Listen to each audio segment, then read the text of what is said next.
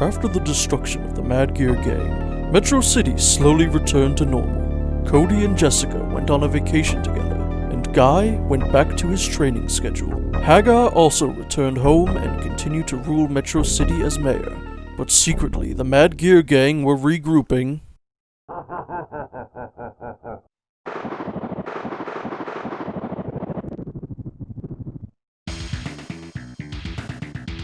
Now, the Mad Gear Gang are ready to strike back at those who oppose them. Their first move is to kidnap Guy's fiancée, Reina, and her father, Gen Ryusai. When Reina's sister Maki learns of this, she immediately contacted Hagar for help.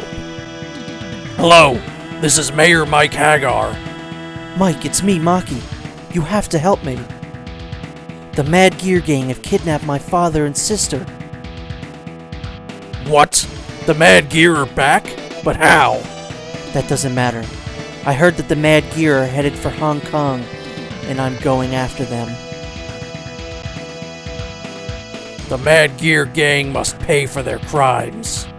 I'll meet you in Hong Kong.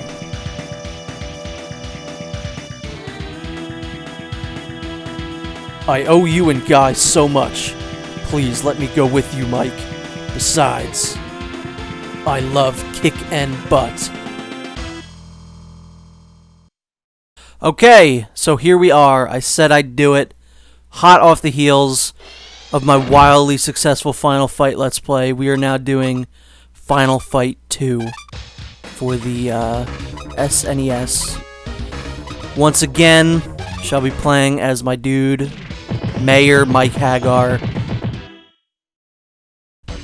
I said during Final Fight that I'd never played Final Fight 2 or 3 before. So these are... I'm not as experienced with this one or the next game as I am with the first one. So just kind of quickly, I'm going to run down my feelings on this game.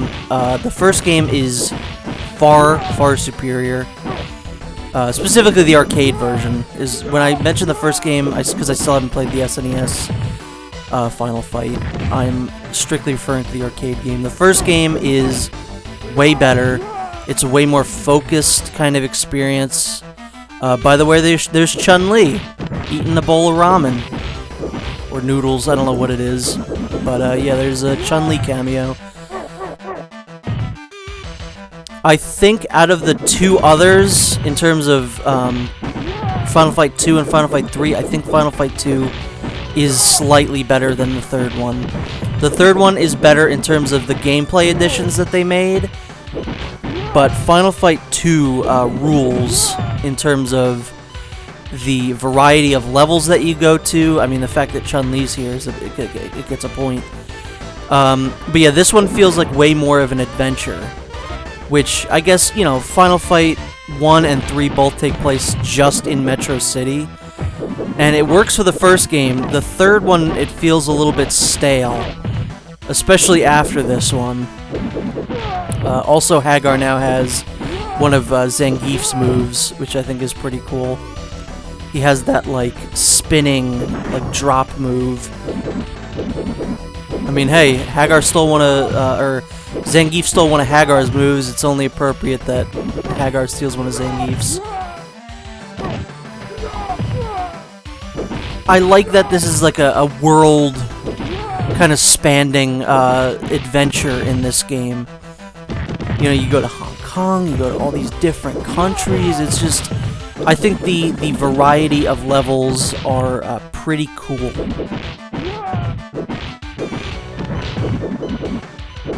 And the music's also good. Again, neither of the other games really reach the high heights of Final Fight 1 when it comes to the music, but it's definitely a good soundtrack nonetheless. The one thing I will say that definitely takes away points in this game are the enemies. This game has some of the most obnoxious enemies in the series. These guys are fine. These are just like the normal enemies here. These, what is his name? Shoot? This guy is one Elliot, or Eliot. That's not how you spell Elliot. 2 L's, my dude. Elliot is one of the most obnoxious enemy types, and yes, I was just waiting for this guy to walk into my fist. Come on. Walk into the fist, dude. There he goes. Elliot is a very tall enemy. I feel like they don't ever hit you head on. I feel like they always try and get behind you and attack you that way. Yeah, see this guy, he looks like a member of Devo with that hat. They're just really annoying enemies. Elijah, I think, is the other version. It's Elliot and Elijah.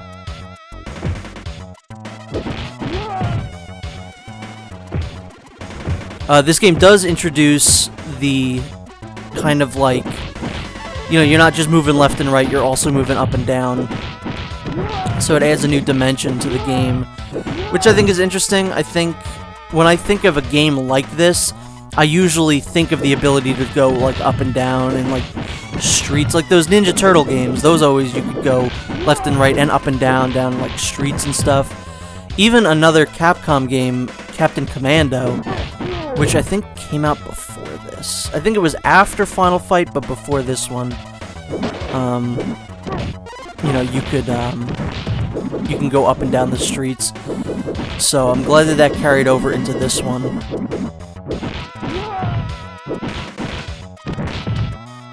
The SNES versions, unlike the arcade version that I played of Final Fight 1, do not have infinite continues. I can't just play recklessly and, you know, everything will work out for the best and I'll just... oh, here's another annoying enemy. But yeah, I can't just keep playing recklessly. I actually have to worry about my lives and the game overs.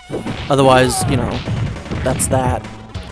So this guy, Ilik, obviously supposed to be like electricity, because he's holding these two, like, prongs, or just...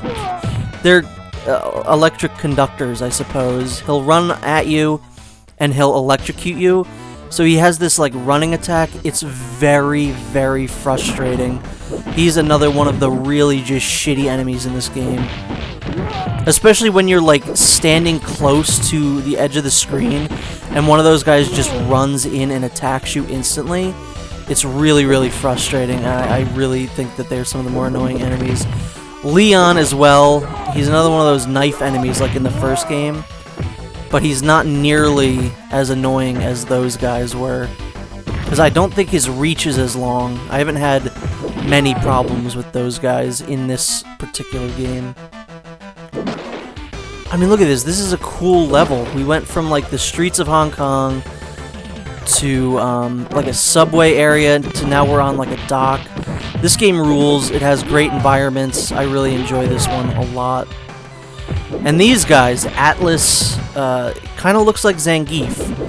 Because he's got that, like, chest hair looking like X on him. Even though I think the design is that it's supposed to be scars. It looks like Zangief's chest hair. I am playing this on the Wii U, which is good. I'm glad that this... I think basically every single Final Fight game is included in the Virtual Console for the Wii U, which I very much liked. So I can use, like, I can load and save, like, save states. I didn't, like, abuse that, but I did use it, like, in between levels, just so that, you know, if I died a lot in a specific area, you know, I wouldn't have to, like, redo it. So, that's how I cheat. So this guy 1-1, he's not that bad. We're gonna make him lose-lose. Because he thinks he's 1-1. No, dude, he's lose-lose. I wouldn't say any of the bosses in this game are particularly hard, either.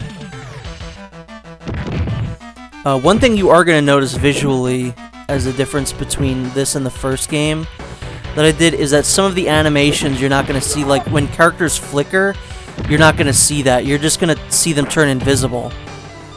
Because of the... I don't know if it's the video compression or if it's the compression on YouTube, but either way, there's going to be some weird stuff where characters and objects are just going to disappear.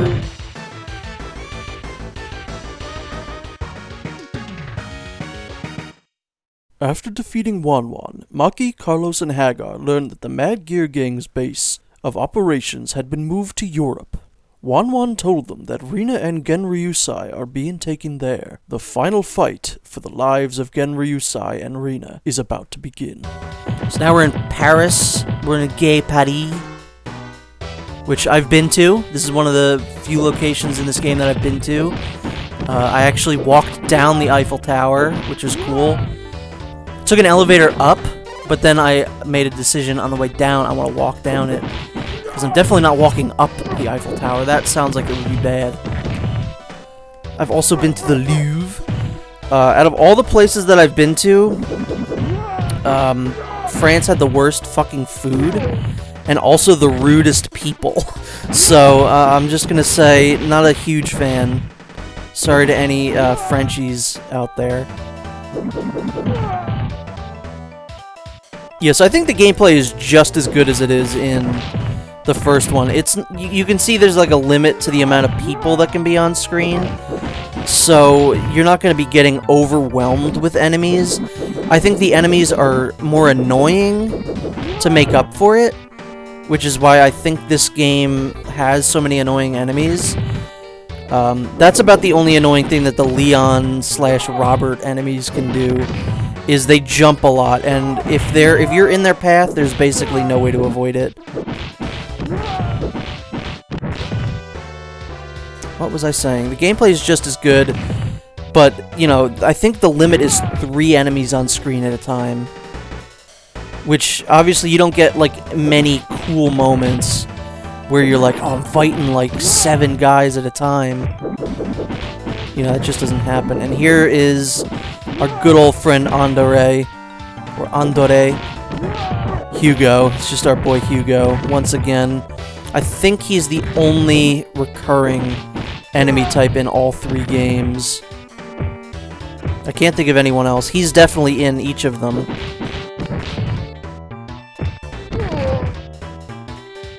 He looks like buff Carrot Top in this game.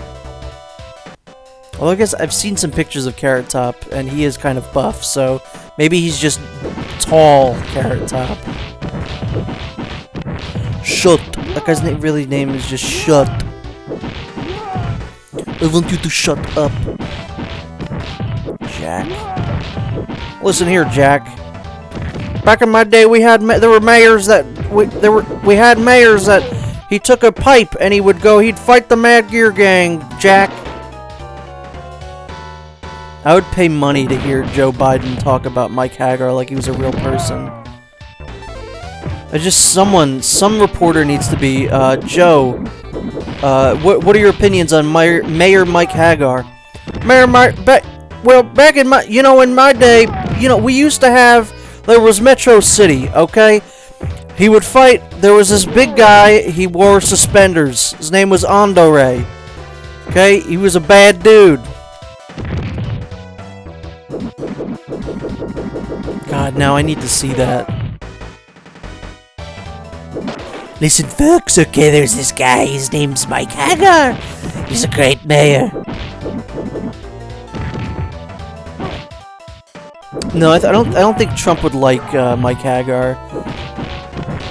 He'd be like, he's the leader of Antifa, folks. Yeah, see, there you go. Mike Hagar just disappeared, and so did that guy. It's like a ghost. It was like that SpongeBob episode where Patrick, was throwing himself around. That was basically what just happened there. But yeah, this also continues the tropes of, like, all of the areas in the game are, like, kind of action movie cliches, like we're at a, I don't actually know what this is. It looks like a construction site, but we're about to go into like an airport. So I don't quite know what this is, but it looks like, an area that you would see in a Schwarzenegger movie or something like that.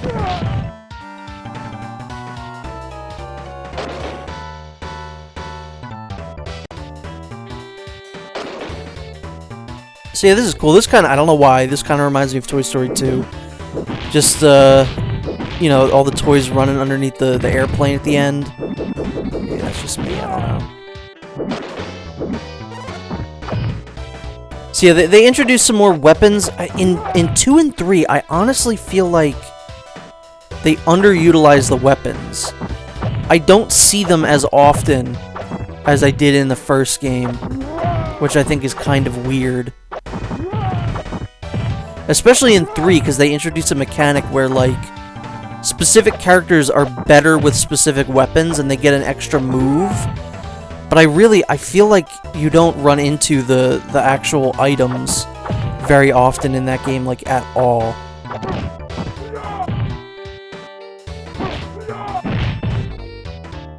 And I know this game doesn't look visually as good as the arcade game, but this still does look good. It has that, like, SNES charm to it, which I do appreciate, but it is night and day looking at the arcade game and this one. And it's so weird to me that Capcom saw, because Final Fight was successful.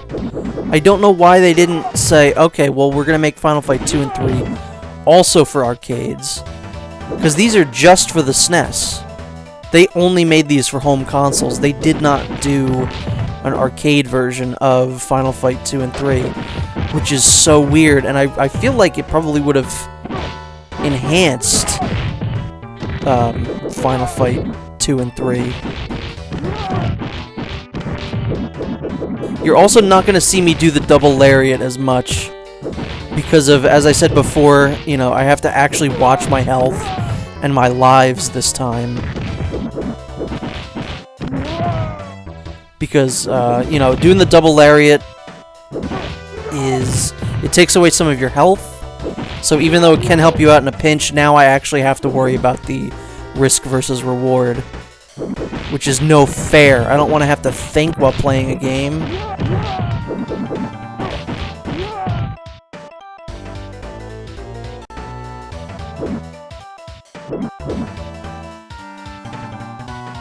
So there's another Street Fighter character. The guy with his arms up is supposed to be Guile.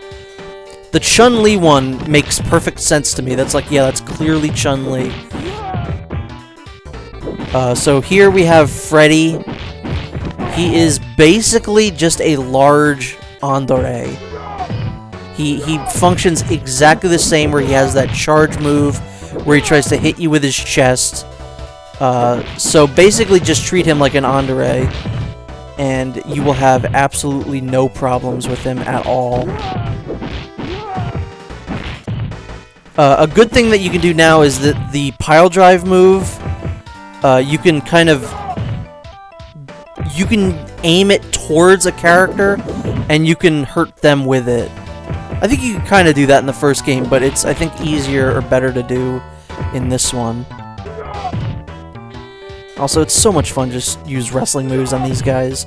This game rules.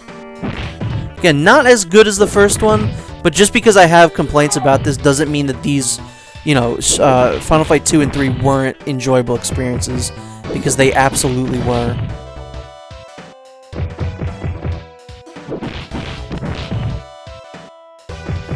Eat my shorts, eater.